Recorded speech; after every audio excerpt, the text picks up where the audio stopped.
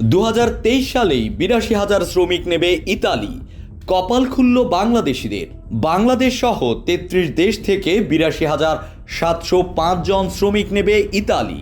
Italy সরকার বাংলাদেশ সহ মোট ৩৩ দেশ থেকে 2023 সালে ৮২,৭০৫ জন নতুন শ্রমিক নেওয়ার ঘোষণা দিয়েছে এবং এ বিষয়ে সরকারি গ্যাজেটও প্রকাশ করেছে।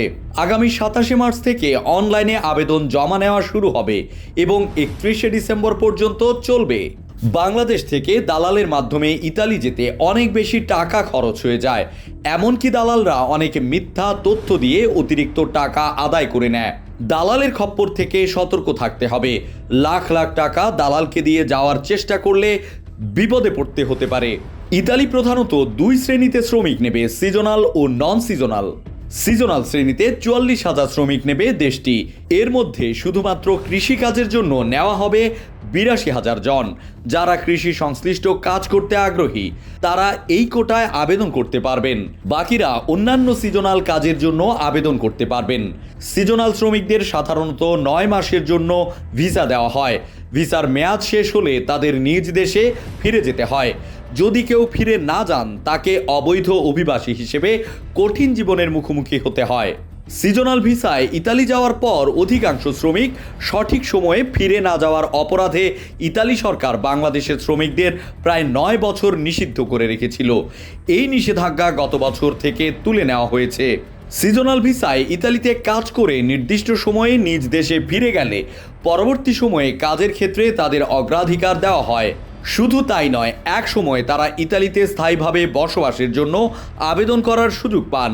এবছর ৬,৬০০ জন এই শ্রেণীতে স্থায়ীভাবে বসবাসের আবেদন করতে পারবেন। গ্রীষ্ম মৌসুমে ইতালিতে কৃষিকাজের জন্য প্রচুর শ্রমিক প্রয়োজন হয়। এছাড়া পর্যটন এলাকায় হোটেল, রেস্টুরেন্ট সহ অন্যান্য অনেক খাতে শ্রমিক প্রয়োজন হয়। সিজনাল ভিসার শ্রমিকরা সাধারণত এসব খাতে কাজ করেন। একটু বেশি পরিশ্রম করলে এখান থেকে প্রতি মাসে গড়ে ১ লাখ থেকে ১.৫ লাখ টাকা আয় করা সম্ভব। নন সিজনাল কোটায় ৩৮,৭০৫ জন শ্রমিক নেবে ইতালি। এই শ্রেণীতে দক্ষ শ্রমিকদের নিয়োগ দেওয়া হয়, যেমন ভারী যানবাহন চালক, অবকাঠামো নির্মাণ শ্রমিক, জাহাজ নির্মাণ শ্রমিক, টেলিযোগাযোগ শ্রমিক, খাদ্য সরবরাহ ও ব্যবস্থাপনা শ্রমিক ইত্যাদি। কারা শ্রমিক নিতে পারবে? ইতালির নাগরিক বা প্রতিষ্ঠান দেশটির সরকারের বেঁধে দেওয়া শর্ত মেনে প্রবাসী শ্রমিক নেওয়ার আবেদন করতে পারবে। নিয়োগের ক্ষেত্রে প্রয়োজনীয় নথি: নিয়োগদাতার বার্ষিক আয় ব্যয়, কর, ক্রয় ভাউচার, শ্রমিকের থাকার জায়গা সহ বেশ কিছু বিষয় দেখে ইতালি সরকার।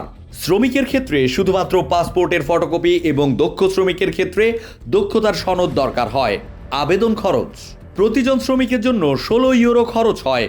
এর বাইরে কেউ যদি আবেদন ফর্ম পূরণ করতে হেল্প ডেস্কের সাহায্য নেন, এর জন্য আরও ১০০ থেকে ১৫০ ইউরো খরচ হতে পারে।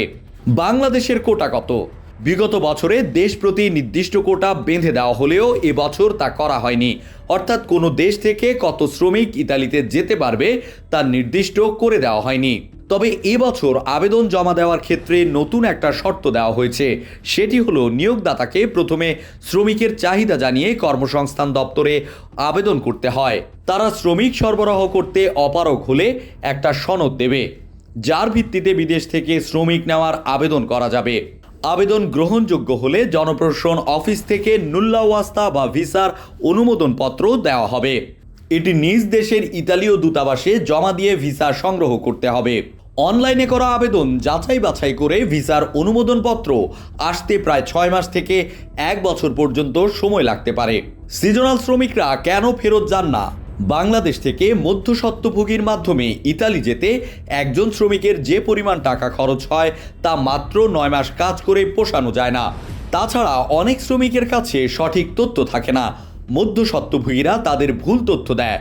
অনেক টাকা খরচ করে ইতালি পৌঁছানোর পর তারা জানতে পারেন যে ৯ মাস পর তাদেরকে ফেরত যেতে হবে। বড় খরচের কথা মাথায় রেখে অবৈধ অভিবাসী হয়েই তারা ইতালিতে থেকে যান। অবৈধ অভিবাসী হিসেবে তারা কি কাজ করেন? সাধারণত ইতালির নিয়োগদাতারা কোনো অবৈধ শ্রমিককে কাজ দেন না। ফলে দেশটির অবৈধ অভিবাসীরা হকারির জীবন বেছে নিতে বাধ্য হন। দেশটির বড় শহর বা পর্যটন এলাকায় ফুল সহ বিভিন্ন জিনিস ফেরি করেন এবং সারাক্ষণ চোর পুলিশ খেলায় লিপ্ত থাকেন।